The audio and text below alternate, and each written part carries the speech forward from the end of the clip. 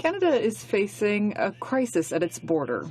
Last year, the RCMP intercepted over 20,000 people crossing the border illegally into Canada, while thousands of people respect the rules and wait in line. But this government is allowing thousands of others to cut in front of the line.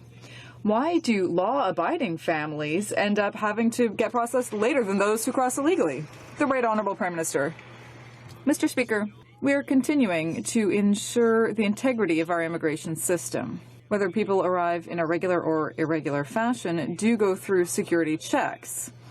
They go through a very rigorous process. Canadians can trust that the rules of our immigration system will be applied throughout the process, regardless of the way that someone arrives in Canada.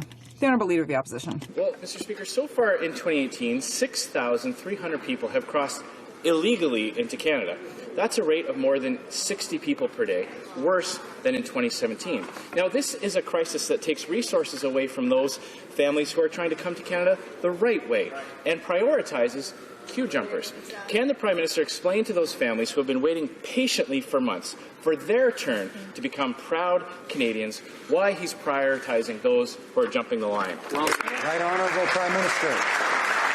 Mr. Speaker, Canada is signatory to international conventions. That means when people arrive in our country, we process them in a responsible, rigorous way. That is how Canadians expect us to do it. That is exactly what we are doing. Suggesting that we are somehow, we should instead be ignoring our international obligations and conventions is simply not what Canadians expect from any government.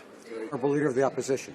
Mr. Speaker, last week, the Parliamentary Budget Officer confirmed in a report what everyone except the Prime Minister already knew, that the Liberal carbon tax will destroy the Canadian economy.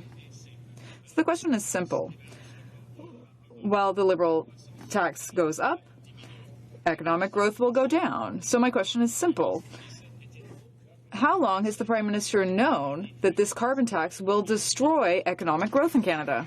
The Right Honourable Prime Minister. Mr. Speaker, with comments like these, the Conservatives show that they haven't learned anything from Canadians in the last election. They continue to think that there is a choice between what's good for the environment and what's good for the economy. But their inaction over the last over 10 years on the environment left us with very little economic growth. We will continue, just as we promised to Canadians, to invest in the economy and the environment at the same time, and they can continue with the Stephen Harper approach.